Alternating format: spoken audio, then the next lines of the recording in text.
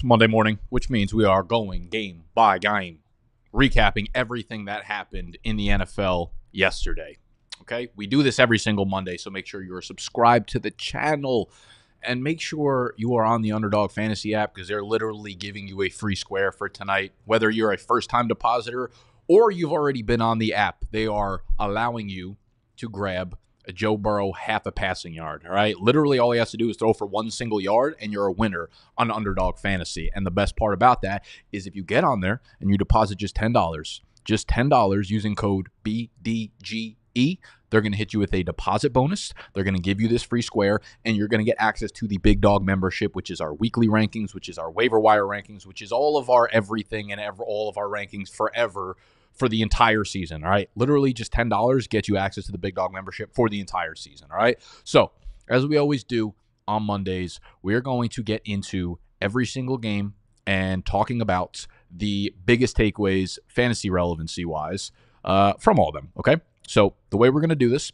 is starting on Thursday Night Football, and as we talked about last week, I'm going to be flipping back and forth. So I apologize if anyone has a seizure today, but I'm going to go back and forth between Fantasy Life over here and the ESPN box scores, so we can get some in-depth breakdowns between, snaps and routes run and all that kind of stuff. I hope that it gives you the best type of breakdown in thy industry. All right, let's start on Thursday Night Football between the Jets and the Patriots. There is no way that the Patriots could possibly have had a big game in this one, given the fact that they were without 3, maybe even 4 of their starting offensive linemen. It was a shit show out there. The amount of pressure that the Jets got on Jacoby Brissett and the amount of hits he took. I mean, he took 5 sacks. He got hit, 15 fucking times, 15 quarterback hits for the New York Jets here. So their offense actually never really stood a chance. So if you started Ramondre, you kind of got fucked. But also, if you're staying on top of the injury report, which you need to be doing throughout fantasy season, because that's one of the easiest ways to get edges here and know who you should be starting, who you shouldn't be starting, etc., that's how you do it, all right? So Ramondre, bad game. When they have bad game scripts, he's going to have a bad game most likely. When they have good ones, he will have a pretty good game. Right now, nobody else is worth starting on the Patriots, obviously. I would say it's only a matter of time before Drake May gets onto the field in a full capacity, but I don't feel truthful in saying that because there's just no way that the Patriots front office is going to put Drake May onto the field and subject him to the type of beating that Jacoby Brissett is getting subjected to. So until that offensive line is at full strength and gelling a little bit, I just don't see a world where we're seeing Drake May because that's going to stunt his development. On the flip side, Rodgers had a big game, 281 yards, 2 touchdowns. Both running backs looked great again.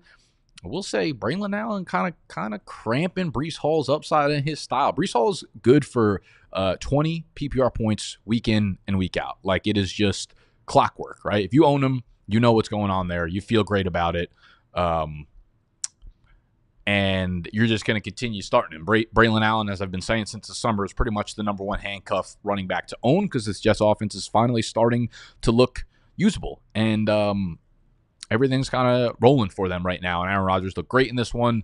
Better matchups. I'm still a little bit hesitant to be streaming a dude like Rodgers, but his arm looks about as good as ever. Allen, I don't think he is someone that has streamable upside right now. If he doesn't score a touchdown, he's going to give you a pretty shitty week. But that being said, the pass catchers here, Rodgers is developing real chemistry with a decent amount of the players on the Jets right now. Conklin, 5 for 93, big game. Alan Lazard scored another touchdown. Mike Williams, 3 for 34. He's kind of the odd man out right here. He's still not running a ton of routes. If we look at Fantasy Life right now, New York Jets, we go to the position wide receiver. Garrett Wilson, still a full-time player, obviously. Lazard up to 85% of the snaps. Mike Williams looked like he was trending in the right direction here. Obviously, this can be taken with a little bit of a grain of salt here because they started to just dominate the Patriots to the point where you didn't need to have your starters onto the field. But we did see a nice increase in targets per route run for Mike Williams. So he's someone that you could stash. I just kind of worry about what is his real upside here if he doesn't score a touchdown, given that Rodgers is starting to really build chemistry with 5 or 6 different pass catchers. But Tyler Conklin is totally streamable right now, given the state of the tight end position. Alan Lazard, his floor is so low, but if they're going to let Rodgers throw the ball 35 times a game, he will see targets, and he's seeing valuable targets. Like, they're giving him screens down by the end zone. Garrett Wilson, 9 targets, still leads the team. Sees, a nice target share there, but only comes away with 5 catches, 33 yards, and a touchdown. He really is like the slant boy, dude. They just hit him on every single slant. He's like Rashee Rice, but just not getting the amount of volume that we need to see. Rodgers not really opening it up downfield. We want to see that, but that won't happen in a game against the New England Patriots. Next up, we got the Giants and the Browns, where the Giants beat the Browns on the road 21-16. Daniel Jones, they're saying he's getting his confidence back, man, and he's looking like it because Malik Neighbors is like the second coming of God. He's really the second coming of Justin Jefferson. I don't mean this as hyperbole, but I genuinely think Malik Neighbors' talent level is up there in the tier of Jefferson and CeeDee Lamb. Like, if you've watched football at all this year, and if you watch any of his tape from LSU, this should not be a surprise whatsoever. He was someone that I think in most draft classes would probably be the 101 or 102. Like, he was the most talented player in many draft classes in previous years. So good at LSU, and now we're seeing it just come to flat out fruition. Scores 2 touchdowns in this game, 12 targets, 8 catches, 78 yards. Like, the dude is humming. His talent level is unbelievable. Obviously, he's going to have his ups and downs. He's going to have some bad games because Daniel Jones just affords that with his pass catchers. But right now, he is so good. He's actually the wide receiver 1 on the season in full PPR leagues. Like, it is insane what he's doing so far. Wan'Dale Robinson, his PPR scam season continues. He's like a low-end wide receiver 3 in full PPR. I wouldn't even look his way in half PPR standard. But in full PPR, in games where the Giants' offensive line can hold up and Danny Dimes can actually get a little bit of time to throw the ball. Like, he took 2 sacks. They got 9 QB hits on him, actually. Okay, so Garrett was getting back there. But in games where Daniel Jones can actually get the ball off, like, Robinson's probably going to catch anywhere from 5 to 7 passes, which is fine for PPR. If you're looking for a flex play, like, bye weeks are coming soon, right? The first bye week is in week 5. Okay, so just to note, if you're in a full PPR league, like, Wan'Dale Robinson should probably be owned. Devin Singletary also playing really, really good ball. 20 touches in this one, goes over 100 yards from scrimmage and scores a touchdown. On the flip side, like, Cleveland, I don't know if they're waiting for something to come out, like, from a legal standpoint before they get him off the field, but Cleveland Browns fans, like, they sold their soul. That front office sold their soul to have a quarterback that averages 4.8 yards per attempt. This offensive line is in shambles right now. They just got back, I think it was Jedrick Wills. They were without 2 of their starting tackles, both their starting tackles, both who are very good players. They got one of them back this week. The other one, ended up re-aggravating his injury, so he's hurt. I think they lost another offensive lineman in this game, so they are in hell right now on their offensive line. As you could see, I mean, Deshaun Watson holds the ball for, it's like he's playing hot potato and trying to fucking have the thing blow up in his hand. He holds the ball forever, but he took 8 fucking sacks in this one. 17 quarterback hits. This is not an anomaly game for him either. Like, this continues to happen week in and week out, and he's going to die on the fucking field.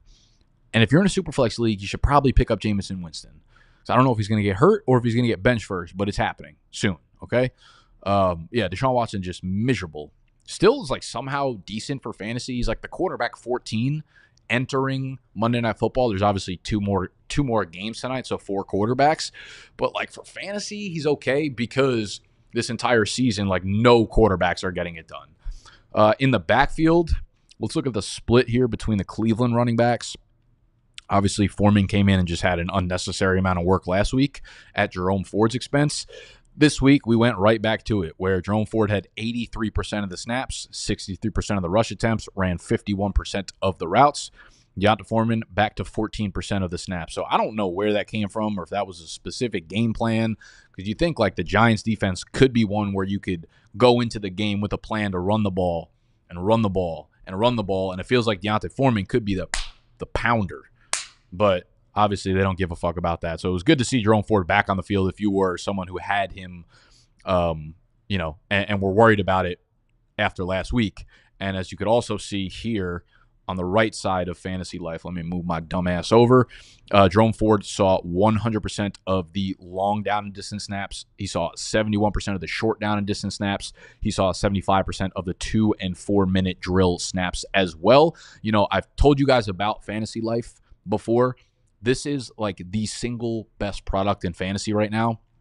It is so fucking good. You can get it for a full year for $100. And if you use our code BDGE when you sign up, you're getting 20% off of it. So access to this utilization chart, which again, like, just look how smooth this is. Going between positions, running back to tight end real quick, from Cleveland down to Minnesota. And it's got everything updated, every fucking game log. Like, it's so good. Let's look at with Hawkinson out, who's been playing the tight end role. We've got Johnny Munt, 72% of the routes. He caught a touchdown yesterday, all right? This is the underlying shit that will take you 2 seconds to look at that will make you 1,000 times better fantasy player, all right? So go check out fantasylife.com after this. Sign up for a membership. They have 2 memberships. I think one of them's like $40. One of them's $100. But again, use code BDGE when you log out. Not when you log out, but when you buy one of the packages, and you're going to get 20% off. It is such a good resource for y'all, all right? So go check out fantasylife.com as we continue down the train here. Amari Cooper, nice bounce back. Again, this was like the squeaky wheel game. If there was ever going to be a game for us to get confidence back in Cooper, it was this one. 7 for 86, 2 touchdowns. Look great, 12 more targets. So he is dominating the target share in this offense, but Deshaun Watson continues to be a problem. It's almost like a Walmart version of Daniel Jones, Malik Neighbors, where like Cooper's is not as good as Neighbors anymore. And Daniel Jones is looking better than Deshaun Watson right now, just from a pure passing and football standpoint. So it's like, what are we going to do? What are we going to do here? Cooper, I think you can continue to roll out as like a wide receiver 3 because he's got upside like this. There aren't a ton of receivers that have the upside of getting 12 target games, catching 2 touchdowns, giving you like a 30-point PPR game, not based off of just like breaking one lucky play. So I think you got to continue to roll him out, but obviously with good matchups, his good games will come. I don't think you could start anybody else, though. The Packers, it's warm in here. I got to take my hoodie off.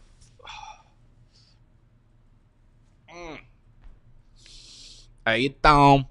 All right, we've got my hair's all over the fucking place. Whatever. The Packers. I guess I feel like we just kind of owe Malik Willis an apology. Like maybe he was just a better quarterback in an awful situation out there in Tennessee. Realistically, they haven't had a good good quarterback performance from any of their quarterbacks over the last like 5 years. Like Tannehill had a big year one year, but that was more like fantasy big year than actually being a good quarterback big year. So maybe Malik was just being held down. Anyways, he played fucking great. 13 for 19, 202 yards, a passing touchdown, 6 for 73 on the ground, another rushing touchdown through the air. What is wrong with me? How is he going to get a rushing touchdown through the air? Y'all get the point. Malik played great. Malik played great if you let him fill in. I was on Tennessee in this game. I had Tennessee, I think, minus 2.5 at this point. If you were following me on Pickett, which there's a link down below. It's a completely free app, and you could follow me on there. It shows you every underdog slip I make. It shows you every bet I take on any of the sports books that I play with, Pickett.com, Pickett app, whatever. If you saw that, you saw me taking Tennessee minus 2.5. Not great. Not great here. Will Levis, also not great. Ended up with an okay stat line, 260, 2 touchdowns, 2 interceptions, took 8 sacks. The dude took 8 sacks. How many times did he get hit? Oh, no, don't do that. Zoom back in, baby. The dude took 12 quarterback hits, got sacked 8 times. He just holds on to the ball for so long. In the backfield, we saw a relatively even split here with carries. Emmanuel Wilson, 12 for 50. Josh Jacobs, 14 for 43. With Marshawn Lloyd on the IR, re-injuring his shit again. Actually, is he on the IR? He re-injured his lower body again last week, so he's going to be out for some time. Emmanuel Wilson saw 42% of the snaps. Josh Jacobs is 51%. Now, maybe it was more of like the blowout mentality here and like get our backups involved, but I think Emmanuel Wilson should probably be owned as a handcuff to Josh Jacobs right now because he performed well. He took one of the screens to the cribbo from a receiver standpoint. I expect Jordan Love back next week. And I think if you own Jordan Love, I think you should expect a 90 to 95% healthy, if not even higher than that, rating of him. So everybody gets a boost here, right? Christian Watson becomes relatively playable again in your flex. Jaden Reed becomes a nice wide receiver 2 for you. Outside of that, Dobbs is running a ton of routes, but like he's always been kind of the more boring play in this offense. Dontavian Wicks did start running more routes and taking some snaps away from Christian Watson. If we look at the routes run here, Dontavian Wicks up to 52%, which was his season high And Christian Watson played a season low 60%. So maybe there's something there. Dobbs is continuing to play up at 90% of the routes. Jaden Reed at 75%. So nothing to worry about those guys. Obviously, if you own them, you're hyped for Jordan Love to come back so they don't have to go with a run-first game plan. On the flip side, yeah, just terrible day from the Tennessee offense for everyone outside of D-Hop. And this was my concern for Calvin Ridley going in was what happens when D-Hop's fully healthy? Like, who is the actual alpha here? And on that note, like, you're rolling the dice with Will Levis. Like, just to begin, when you're drafting a Tennessee receiver, you are starting on the off chance of saying, like if you were to have drafted a Packer receiver, I don't think you were worrying about whether or not Jordan Love was good. You're already like, okay, I got a good quarterback. The passing game will be successful. With Tennessee, you were projecting not only who was going to be the better pass catcher there, who was going to be the alpha in this offense, but whether or not Will Levis was even a serviceable quarterback. And the way that Brian Callahan is talking about Will Levis in a fucking post-game press conferences, man, I don't think you could bench him for Mason Rudolph, but, like, he wants to so bad. I bet he wishes he had fucking Malik Willis back at this point after watching this game. Tony Pollard, I think these floor games are going to happen when this offense plays like this. Like, Tony Pollard's a guy where when they're up big, he's going to play a lot. But when they're down, we'll see what the splits are. This is obviously Tajay Spears kind of coming back from an injury here, but I bet the splits were relatively close. Yeah, Pollard down at 64%, Tajay Spears at 36%, so 64-36 split. So Pollard's still the guy, but I think Spears, as he gets healthier and this team starts to face more and more bad game scripts, I think we're going to see that split close up a little bit, to be honest with you. Let's keep moving. Colts and Bears, Caleb with the fakest 363 passing yards ever. Dude had 52 pass attempts. He doesn't look great right now, but the offensive line is doing him no favors. The run game is horrendous. DeAndre Swift, this is a week that I thought DeAndre Swift could possibly come away with a big game. He is unstartable right now. 13 for 20, 1.5 yards per carry. One underlying takeaway here, Roschon Johnson. I was hoping Khalil Herbert was going to be the guy behind Swift. Not the case. Roschon Johnson got a lot of run here. As you could see, 8 for 30 on the ground. Far outproduced DeAndre Swift. Almost 2.5x yards per carry here. Also caught 4 passes on 5 targets. So when we look at the snap splits between this backfield, it's still a little muddled, obviously, but this was his first game really playing, and Travis Homer didn't play at all. He jumped up to a 38% snap share, 29% of the rush attempts, 38% of the routes. He is someone that it's hard to get excited about because of his offensive line, and more often than not, I think the offense as a whole is going to have a tough time opening up holes for the running back, and I don't think Roschon Johnson is that good of a runner to begin with, but he's someone that could end up taking this role and being a dude who is heavily involved in the passing game, as we saw in this one. So Roschon should be targeted on your waiver wire this week. Wouldn't spend a lot because, again, don't know there's a lot of upside in this backfield to begin with, but keep your eye on Roschon. He's probably available in most leagues. From the receiving standpoint, Rome Odunze, 6 for 112 and a touchdown, 11 targets. Cole Kmet had 11 targets. DJ Moore had 10 targets. Rome had his big breakout game again, though. Like, I'm not buying too much into this performance. Like, I had a league where I started Rome. I feel sharp as fuck now for doing it. I started Rome over Michael Pittman and Jalen Waddle. Worked out for me. Do I have confidence in Rome going forward as like a wide receiver, or even like a wide receiver 3? I don't know that I do. Like, it was good to see it, but Keenan probably back sooner rather than later. And I think more games than not, if I had to say, like, Caleb's, is he going to throw for more or less than 240 passing yards? I'm more likely going to lean towards the under in that in most games, which is not great for the pass catching group. Good to see Cole Kmet out there getting a lot more run, because there was a big narrative throughout the whole offseason about Kmet not running that many routes and Gerald Everett taking his job. And we saw the complete swing here where Kmet's routes jumped up from week 1, 33%, to week 2, 62%, to week 3, 71%, and Everett's on the way down there. So Cole Kmet, this is how small of a sample size we're still working on and how bad the tight end position and just passing and receiving stats overall have been. Cole Kmet, after this game, 10 for 97 and a touchdown, is the tight end 3 in full PPR right now, overall in fantasy. He is the tight end 3 with one usable fucking game, okay? That's where we're at in this point of the season. So I'm looking at Rome as probably still like a low-end wide receiver 3. Kmet's a a startable tight end. But again, like, don't want to base everything on one game off of Caleb Williams throwing 52 pass attempts. DJ Moore, still underwhelming. He's probably like a low-end wide receiver 2, high-end wide receiver 3 for the time being. On the flip side, man, JT is startable. I don't know if anybody else is. Like, A-Rich are obviously starting in a super flex league, but in one QB leagues, he probably almost definitely will not crack my top 10, probably not top 12 rankings for this upcoming week.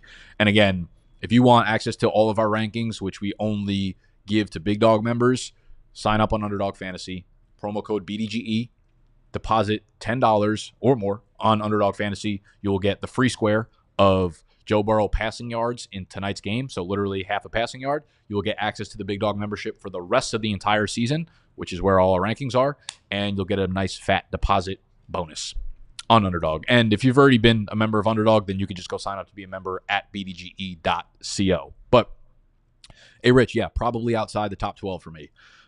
Receivers, you can't trust them because you can't trust the targets that they're getting. I will say one of the bigger losers for the Colts this week was Adonai Mitchell. In Josh Downs' first game back, we'll look at the snap splits here. Michael Pittman, still a full-time player. Alec Pierce did not take a hit whatsoever. Josh Downs did jump up to 73% of the routes right away. Saw a 31% target per route run rate. Really, really high percentage there. So keep an eye on that for sure. And Adonai Mitchell dropped all the way down to 9%. Nice little 50% target per route rate. Target per route run rate. How you doing? I still think he's an incredible receiver. I think he's a buy low in Dynasty if you can get him right now. But for redraft, he is definitely droppable based on these numbers. Let's move to the Vikings and the Texans. Just a bad game for the Texans passing offense. Like, the Vikings are very clearly legit. Coach very well. Their defense under Brian Flores is fucking unbelievable. They're playing at a crazy high level. So I wouldn't take too much away from the passing game here. They did pad some stats at the end here. Like, Diggs, Collins, Dell were all usable because Davis Mills came in and just started fucking slugging the ball in the fourth quarter when they were down by 78 fucking points. Cam Akers is kind of a woat, bro. I started him, and anyone who started him, they got saved by that receiving touchdown he had. 1 catch for 8 yards and a touchdown. Really bad on the ground, though. 9 for 21. Could not really get any running room going. And I think that's what's going to happen against the Vikings defense, to be honest with you. So Akers, I think he's still playable. I think they play the Jaguars next week, who don't have a great run defense. We'll see how they do tonight against the Buffalo Bills. That's a good test for them because James Cook is killing shit. I think there's a decent chance that both Joe Mixon and Dameon Pierce miss week 4 as well. If Joe Mixon's back, obviously Cam Akers is unusable. I also think if Dameon Pierce is active, the split will be annoying enough, and I have not enough confidence in Cam Akers to start him next week. So for Akers to get back into my lineup as like an RB3 or flex option, he would need to be without Pierce and Mixon again. On the Viking side of things, Aaron Jones looks like his fucking 25-year-old self. Justin Jefferson is basically just the GOAT right now, with Sammy Darnold slinging it for 4 fucking passing touchdowns. Unreal. Also had a passing touchdown called back on a holding penalty or something. That was to Jalen Nailor. And again, for like the third week in a row, this is killing me because Jordan Addison should be in my lineup. And I actually think sneaky Jordan Addison, like, you're seeing all the production that Jalen Nailor's having. This will all be Jordan Addison when he is back. He will be a huge piece of this offense. He looked great in week 1 before getting hurt. I have no idea when he's going to be back. This is not me projecting him to be back this week because he has not even practiced on a limited basis since the new ankle injury, which is kind of fucking problematic. But if you want to stay on top of injury reports and then try to buy low on Jordan Addison, I think that's a good idea because this offense has looked great, and you want to get pieces that are affordable in it, and that is Jordan Addison. Philly and New Orleans. So Devonta Smith suffered a concussion. The Eagles have a bye in week 5. A.J. Brown did not practice at all last week. If he can open up this week on Wednesday with a limited practice, I would feel relatively good about him playing this week. But if we get like a DNP on Wednesday, a DNP on Thursday, it's unlikely we're going to see A.J. Brown again. And, concussions basically, like, if if you have a concussion, you're probably at less than 50% chance of playing the following week. So there's a good chance that both A.J. Brown and Devontae Smith are out for week 4. They have their bye in week 5, and then both guys come back for their week 6 matchup. So with that being said, Dallas Goedert, you know how I just said Cole Kmet is a tight end 3 on the year? Dallas Goedert went 10 for 170.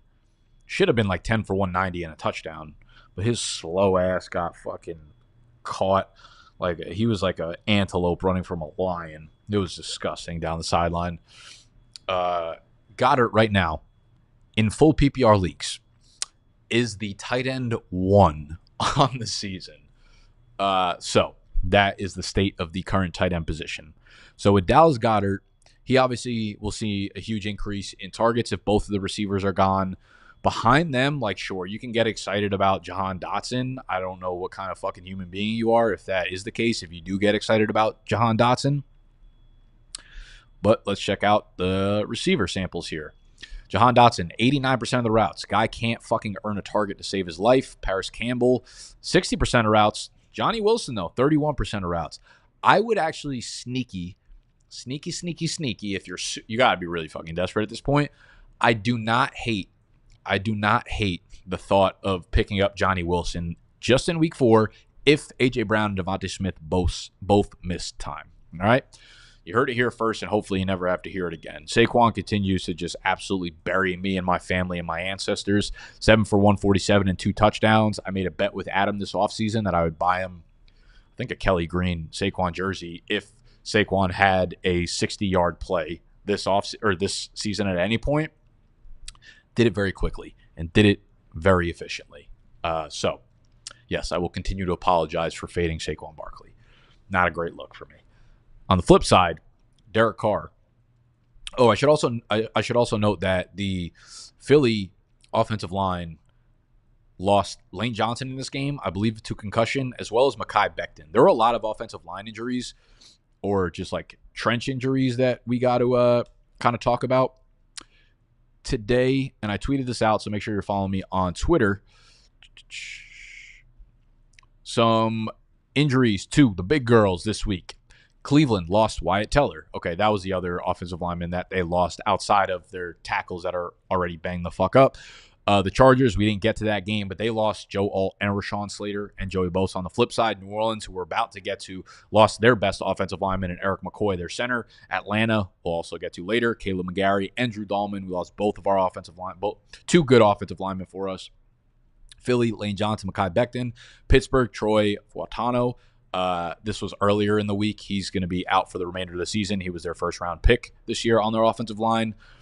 Miami lost Teron Armstead. Seattle lost Byron Murphy and Leonard Williams on the defensive side of the ball. Those are both of their best interior defensive linemen, which opens up the opposing run games. They play against Detroit next week, so look for another 20-carry game for David Montgomery. And the Jets lost Morgan Moses, their tackle that they got from Baltimore this weekend. So just always kind of keep an eye on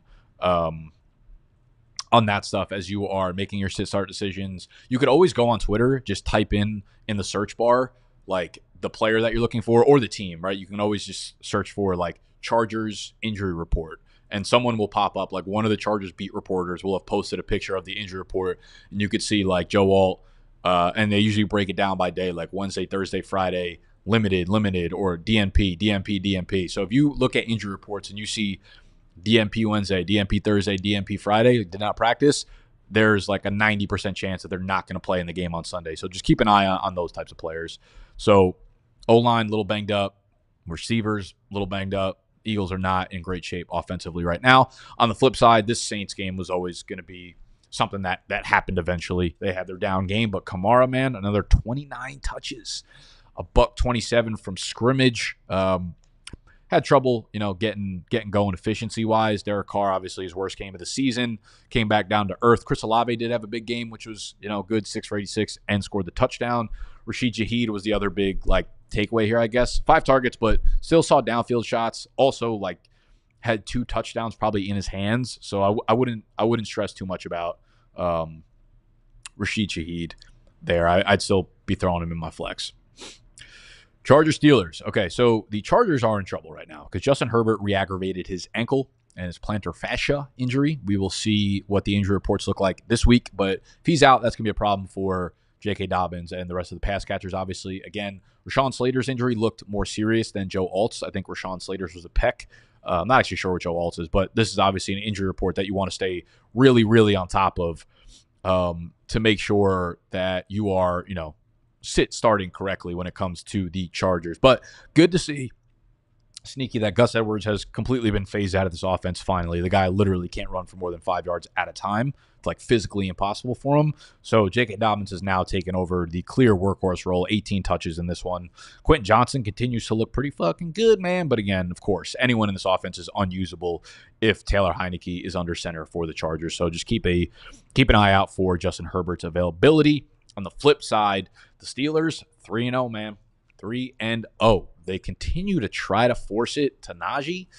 Najee, 23 touches, 86 yards. It literally feels like this is his stat line every single week. Has he run for 18 for 70 every single week? Week 1, 20 for 70. Week 2, 17 for 69. Week 3, 18 for 70. That's fucking unbelievable. He's consistent, if nothing else here. I would try to move Najee right now if I could. I know that's not like a hot take, but I would try to tier up from Najee to a better running back while adding in a secondary receiving piece. I hate when people give trade suggestions because, for some leagues it works. For a lot of leagues, it's just no one would ever do that shit. But, I don't know, Najee and, maybe Najee and Quentin Johnson in this game, right? Maybe Najee and Quentin Johnson, you pair them up. Najee and, Darnell Mooney for a better running back. Who's close to his tier? I know I said, maybe Tony Pollard is going to have bad games, but I would take Tony Pollard over Najee Harris. I would see if I can maybe tier up to there. Maybe James Conner after a terrible game, even though I doubt the James Conner owner would do that. But I would try to maybe look to move Najee if I could, because that man just, holy shit, he is the literal definition of a fucking cone. Jalen Warren is without a doubt droppable at this point. He hasn't done a single thing, and Cordarrelle Patterson's getting damn near more run than he is right now. Fields, though, controlling the offense, looking pretty good.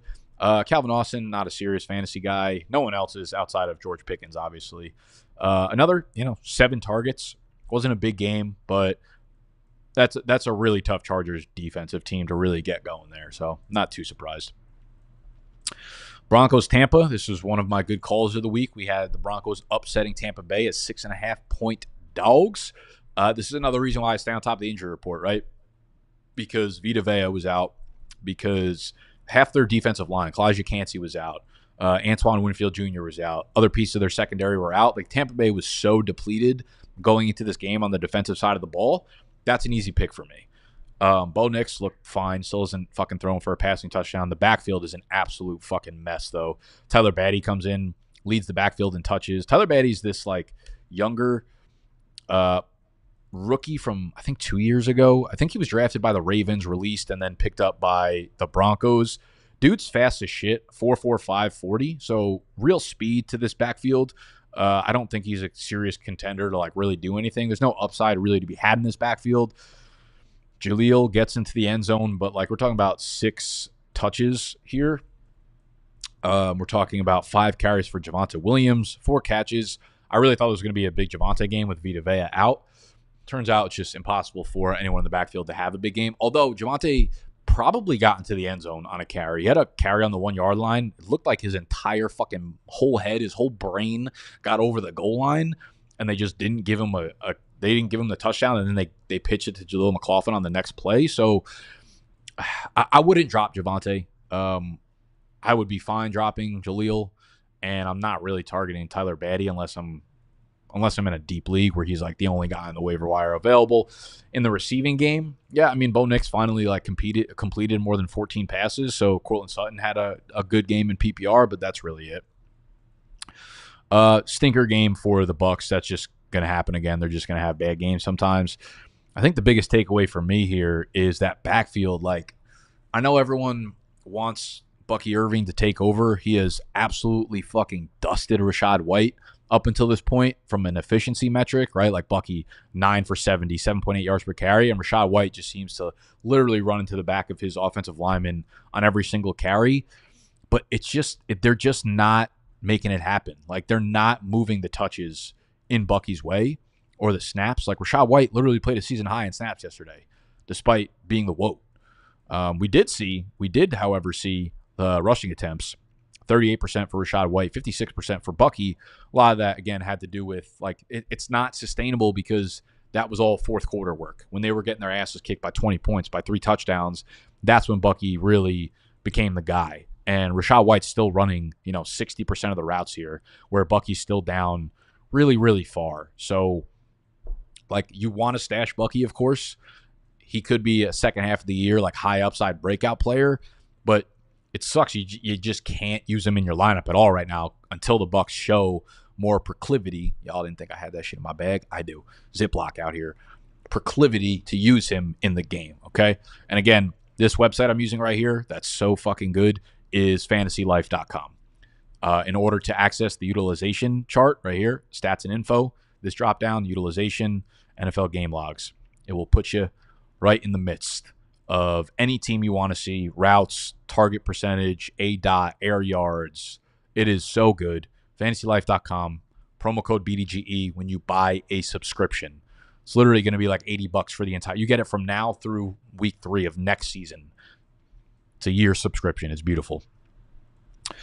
Oh my goodness, this was like this is probably the biggest storyline of the week. We got the Red Rifle back under center. He is the first quarterback this entire season to have a game with both 300 passing yards and 3 passing touchdowns. Unreal just how broken Bryce Young is. Like, everybody broke back out for the Panthers.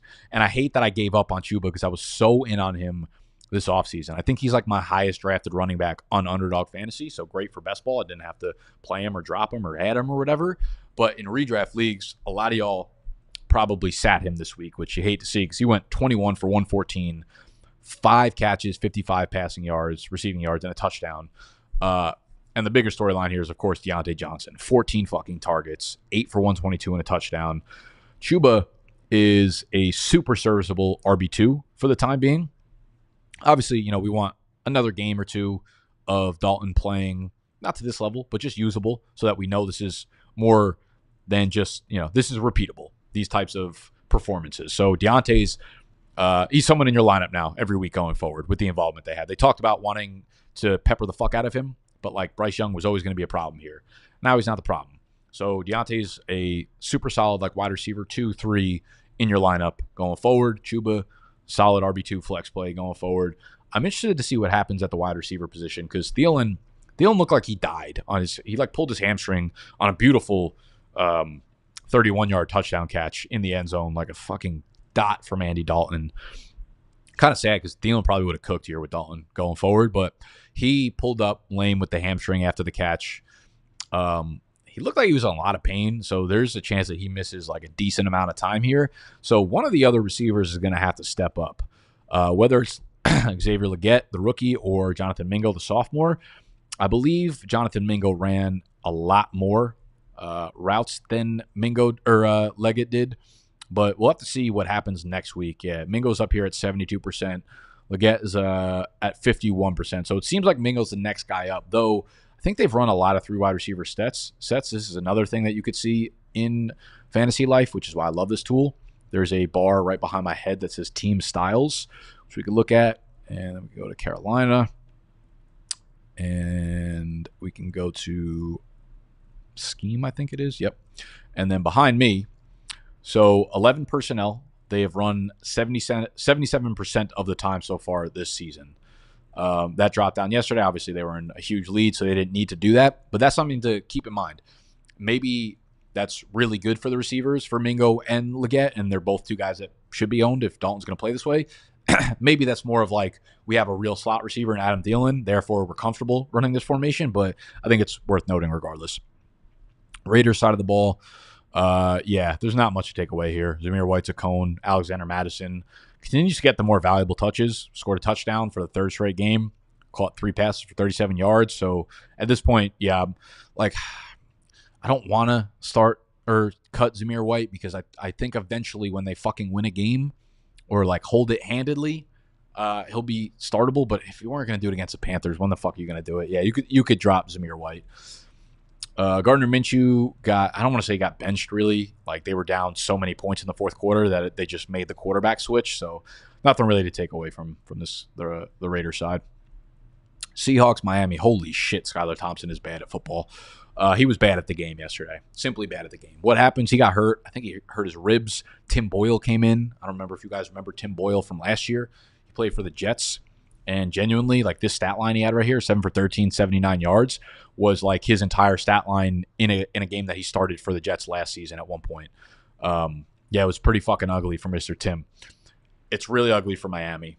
We were super low on Jalen Waddle coming into the week. Like I said, I started Rome over him and Michael Pittman, and this is what happened. 4 for 26. Tyreek Hill, yeah, like it's scary, man. You obviously need to continue to start Tyreek Hill because I think they'll continue to get him more and more game plan with these bad quarterbacks. But Jalen Waddle, you could absolutely sit if you own him. Devon Achane, this honestly didn't see him having this bad of a game. 11 for 30. There was no running room to be had at all in this offense. You're obviously not sitting him ever, though. What else? I think Miami also lost, was it Teron Armstead in this game? What do they do at quarterback going forward? Like, I think if they were going to sign like a Ryan Tannehill, they probably would have done it already. I think next week we either see Snoop if they can get him up to speed. But you guys, like, you can't act like Snoop Huntley is like some fucking world beater. Snoop Huntley's bad. He's also bad. We share an office space. I don't know if you guys know this. If you're familiar with Snapback Sports, they're another like sports media company. Jack and his brother Casey pretty much run the company, and they're Ravens fans, big time Ravens fans. Jack has a podcast with Marlon Humphrey, like straight up them two together, and he like literally says Snoop Huntley's like one of the worst quarterbacks in the NFL.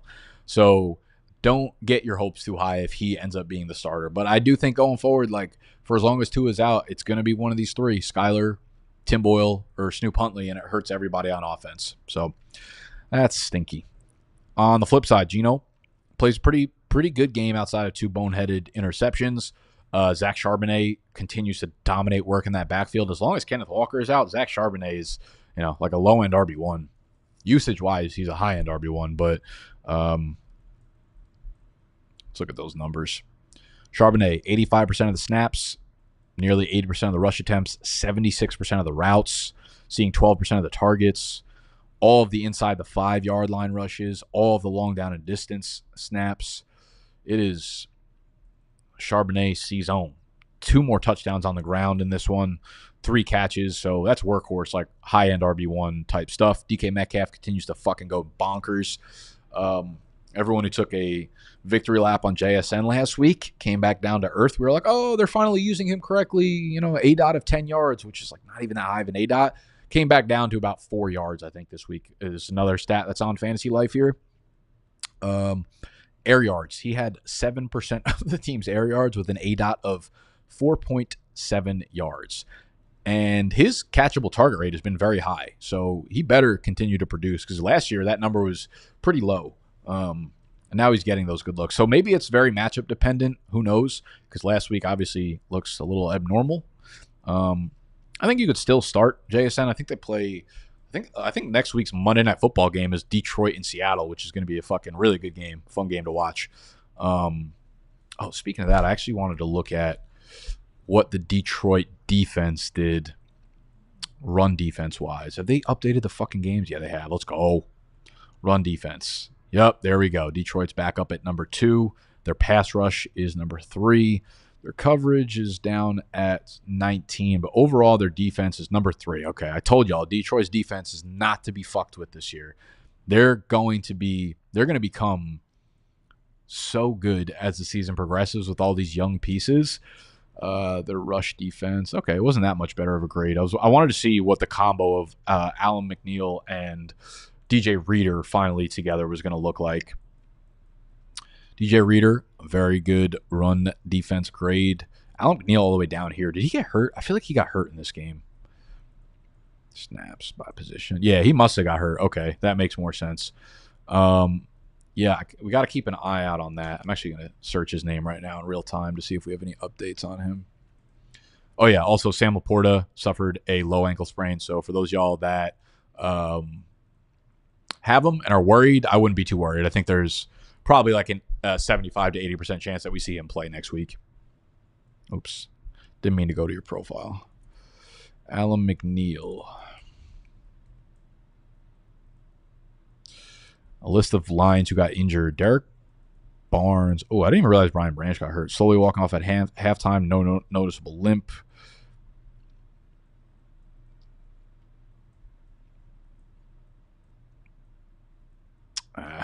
Okay, so nothing on the injury update. But if he's back healthy, him and DJ Reader are literally not going to let people run against them, as we saw with James Conner yesterday. Ravens, Cowboys. Ravens looked good. They came into this game with a clear fucking game plan of running the ball 45 times to 15 pass attempts from Lamar, 12 for 15, 12.1 yards per attempt. He was doing whatever the fuck he wanted. He's actually the quarterback 1 on the year right now in fantasy. So anyone who has Lamar, feeling pretty good. Derrick Henry with a vintage Derrick Henry game, 25 for 151 and 2 touchdowns. The Dallas Cowboys, for those of y'all that are like not really following stats and team numbers and things like that, the Cowboys defense this year has been abysmal. I know we think of like Micah Parsons and DeMarcus Lawrence, and we're like, there's just no way they could be bad. They are by far and away the worst run defense in the NFL right now. It's not even close. And their pass defense has not looked good either. So Dallas, you see your fantasy players going against them in your lineup, you do not have to be worried about them. Receiving wise, yeah, no one got home. Mark Andrews with another 0. Like, yeah, you should be relatively concerned about him. And when I say relatively, I mean really fucking concerned about him. He ended up playing, I think, fewer snaps than Isaiah Likely did. Although I wouldn't look like too much into that. The 35% is a little bit staggering here.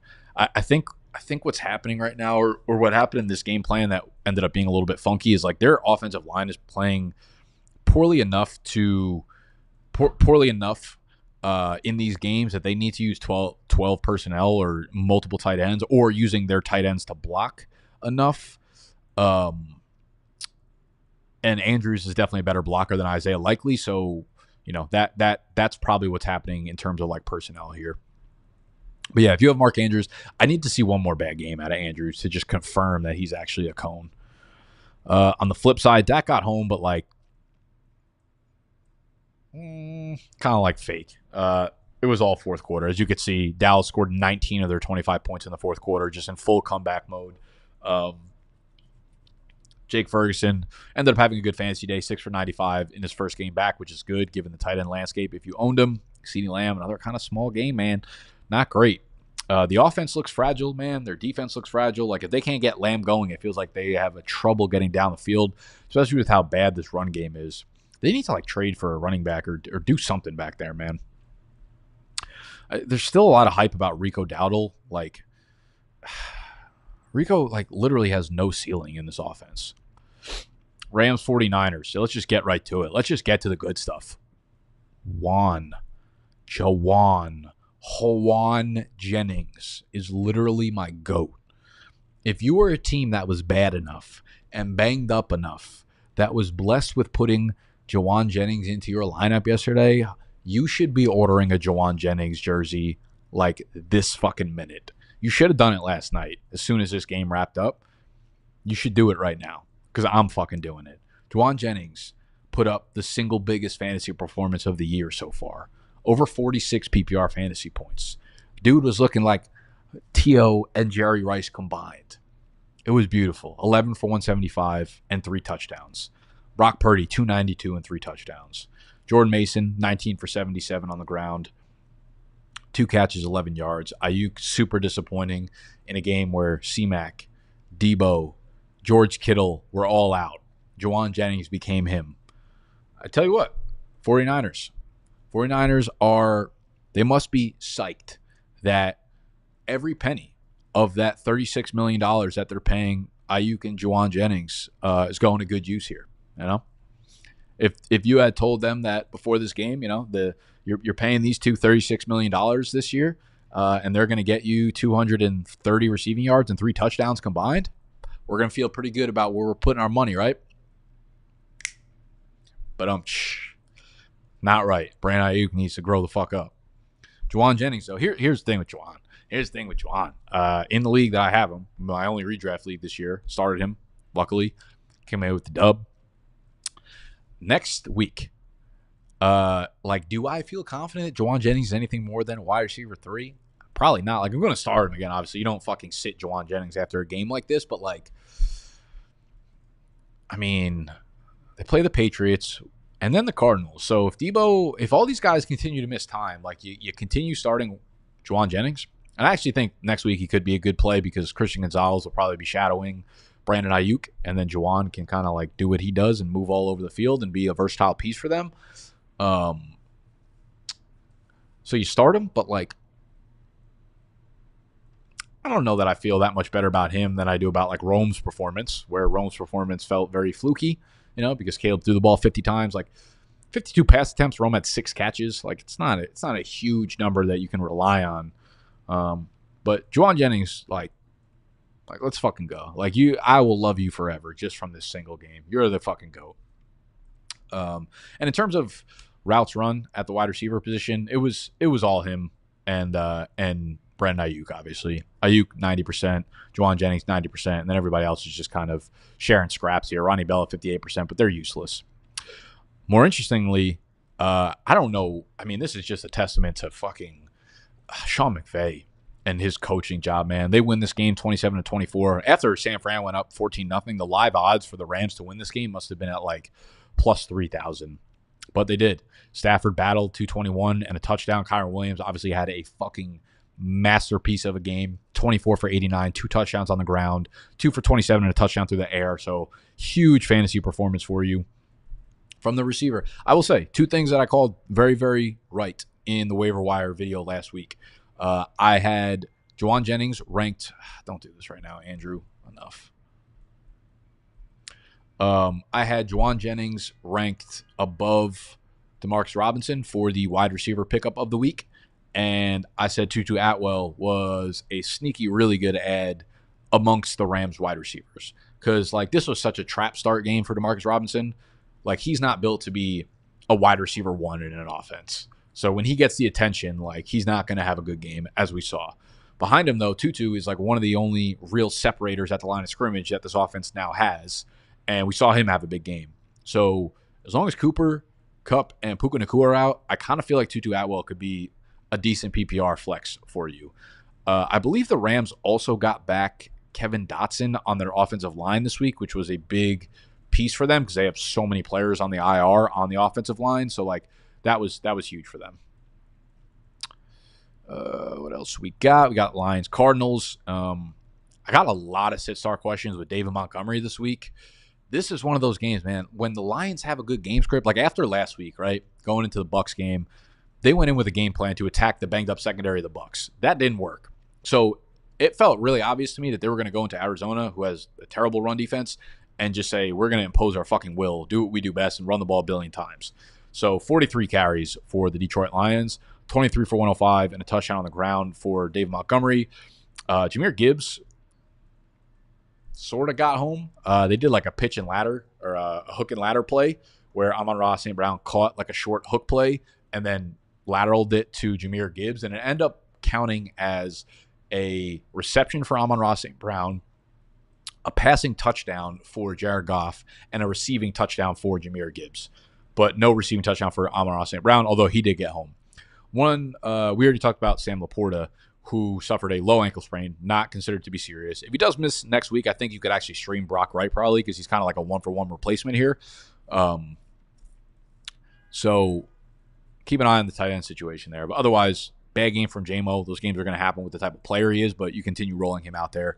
On the flip side, Kyler, I was worried about this offense being overhyped based on the game that they play against the banged-up Rams defense last week, and I think we saw that kind of come to fruition. Again, though, I think Detroit's defense is super, super fucking legit. Kyler Kyler 207 and a touchdown. Marv gets into the end zone again. Michael Wilson, nice game, 8 for 64. Here's what I will say.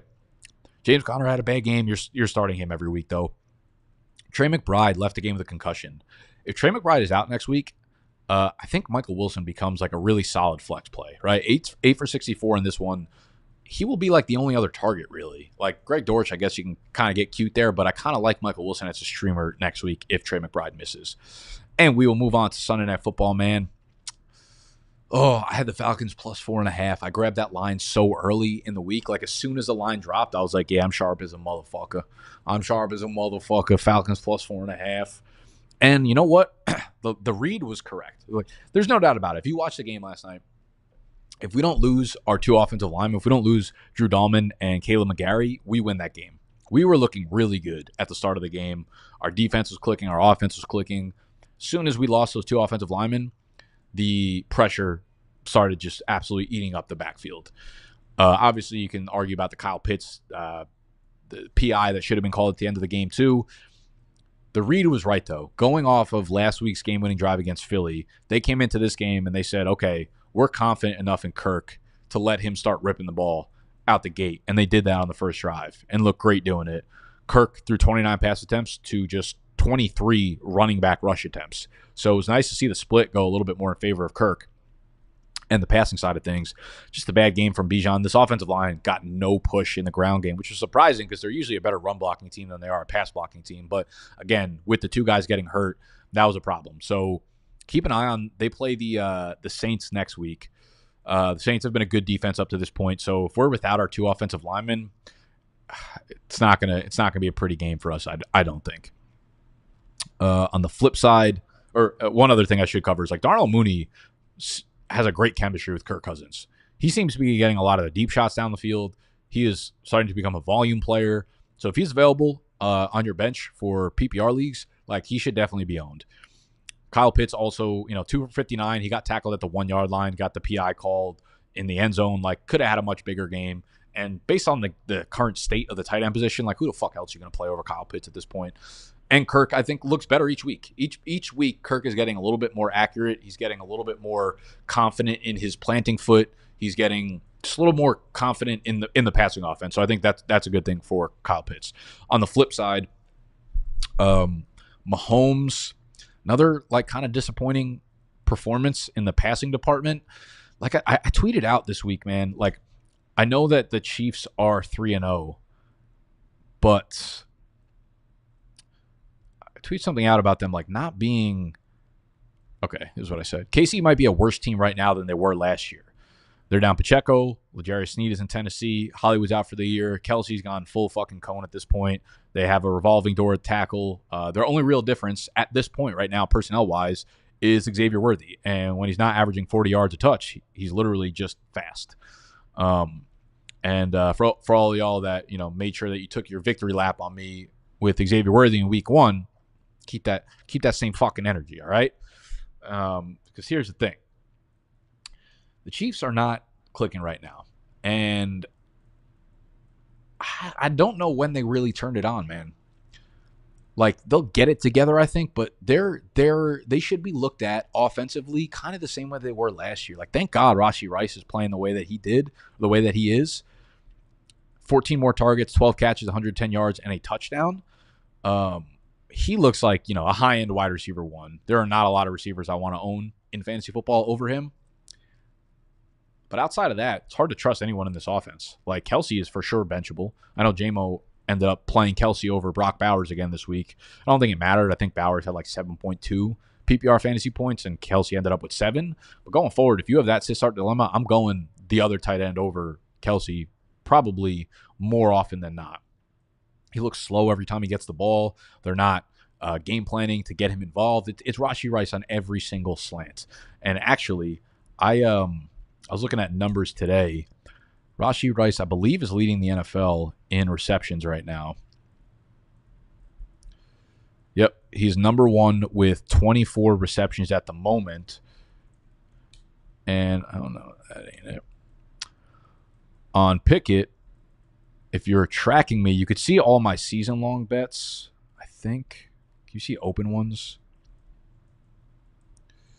Give me a second. If you're following me on Pickett, you can see all these. It's free to download, free to follow me. The link will be down below. Literally just click the Pickett app. It'll take you to the App Store, download it. It'll ask you for a code, like who sent you, put in BDGE, and it'll auto-follow me on Pickett with your account. Again, free. You don't have to put in any money or credit card or anything like that.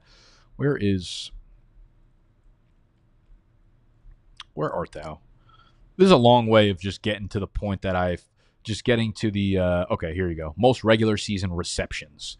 So I put $10 on Rashee Rice at fucking 60-1 in the beginning of the year. That's how long his odds were. And that's how, like, big it was for the Chiefs to have him really break out. Because if they didn't have him, this offense would not be fucking moving right now, man. They would have problems. In the running back situation, you know, the big storyline coming into last week was the Pacheco news, and we saw Carson Steele. Now, if you were watching the game, it felt like P. Ryan was on the field a lot more than the numbers actually promote there. Carson Steele ended up with 18 touches, 17 carries for 72 yards, 4.2 yards per carry. Samaje Perine, 6 carries for 25 yards, 3 catches for 15 yards. Snap-wise, Carson Steele was in on 64% of the snaps to 36% of Samaje Perine's. Now, the interesting note here is that Steele ran 55% of the routes, while Samaje only ran 34% of the routes. Samaje Perine had a very, very, very clear and defined role. When it was short down and distance, it was Steele. Inside the 5, the goal line, like he also could have got in for a touchdown. He got stuffed at the goal line. This could have been a much bigger day for Carson Steele. The long down and distance and the 2-minute drill is where Samaje Perine was the guy. That is what his role is. He is not an early down rusher. He's not a goal line back. He's not in there just to give Steele a breather. He's in there when it is long down and distance, meaning like 3rd and 8, 3rd and 7, 4th and 6, 3rd and 10, and when it's the 2-minute drill. Those are when Samaje Perine gets onto the field. So in my eyes, he's not really valuable at all in this offense. Carson Steele with 18 touches feels good. If he had scored a touchdown on the goal line, we'd be feeling a lot better about Steele. Now, the other moving piece here, of course, is that Kareem Hunt could be active in this next week. I still don't think he gets more than like 3 to 5 touches, at least out of the gate, and we'll kind of see where it goes from there. But I think the Chiefs like Carson Steele, man. I won't consider this like a huge win, but it could have went like we could have seen Steele get 12 carries and Samaje at 10, and then you're left with a much bigger question mark going forward. But for him to outtouch Samaje 18-9 is good. Now they play the Chargers next week. If Herbert's out, if their tackles are out, if Joey Bosa's out, they should control that game and be able to run the ball relatively successfully. But the Saints are a pretty good run D. The 49ers are a good run D for the most part. So not a great schedule necessarily going forward. So Steele to me is more of like what I played him as, a kind of like a desperate flex play for the time being. If he scores a touchdown, he's probably going to get you 13, 14, 15 points. If he doesn't, then he's going to kind of give you what he did this week in 7 or 8 PPR points. Okay, so that is every game. Let's go through some picks for tonight. Who's playing tonight? We got Washington and Cincy, and we have Jacksonville and Buffalo. Okay, one of my favorite plays by far. Let's get on underdog. I got a pick for tonight that I love. I actually think the line moved up pretty significantly since I took it. Let me see what I took it at. I have a B-Rob slip. I got B-Rob at okay, he's all the way up to 69.5 rushing yards. I would still take that, though, because the Bengals are going to be without both of their starting defensive tackles, which opens the door. Come on. Give me a little location action here, UD. Whatever B-Rob's rushing yard line is, I'm taking it, okay? Because the Bengals, without their D tackles, are going to be just absolutely gaping up the middle there. We should see a bounce back from Burrow and Chase. I don't know how often T. Higgins is going to be on the field. He says he's 100%, but like I wouldn't be surprised if he was limited to like 50% of the snaps tonight. And then we have the Jags and the Bills. We'll see if James Cook can really like keep going with this unbelievable performance tonight. I do think we'll see a bounce back from Christian Kirk. All right, underdogs is not going to work for me. Whatever. But again, if you want to end up seeing what I take before tonight's game, go download the Pickett app. All right, it will be linked down below. It'll be one of the first links in the description. Click it. Absolutely free to join, free to download, free to follow me. Use code BDGE when you do download it, and it'll auto follow my account. And you can see all the slips that I make throughout the remainder of the year. Okay, so we will leave you there for the week 3 game by game recap. I hope y'all had a good week 3. I hope y'all had Jawan Jennings in your lineup. Otherwise, I'd be pretty fucking depressed if I did not. But what you should be doing right now, outside of downloading the Pickett app, is checking out fantasylife.com. If you want to go see all the snap counts and routes run and stuff for yourself, fantasylife.com, promo code BDGE will get you 20% off your subscription right now. Okay, it's a beautiful, beautiful thing. And Underdog Fantasy for taking the bets that I take. So you can follow what bets I take on Pickett, but you could actually take them yourself on Underdog Fantasy. Again, when you deposit $10 or more, use code BDGE. They're going to hit you with a deposit bonus. You'll get access to our Big Dog membership for the rest of the entire season on bdge.co. Okay? Thank you guys for hanging out. Hit the thumbs up button if you enjoyed the stream up to this point. Subscribe because I will be going live every Monday. Waiver wire video up tomorrow precisely. And I'll see you tomorrow morning. Smoochies.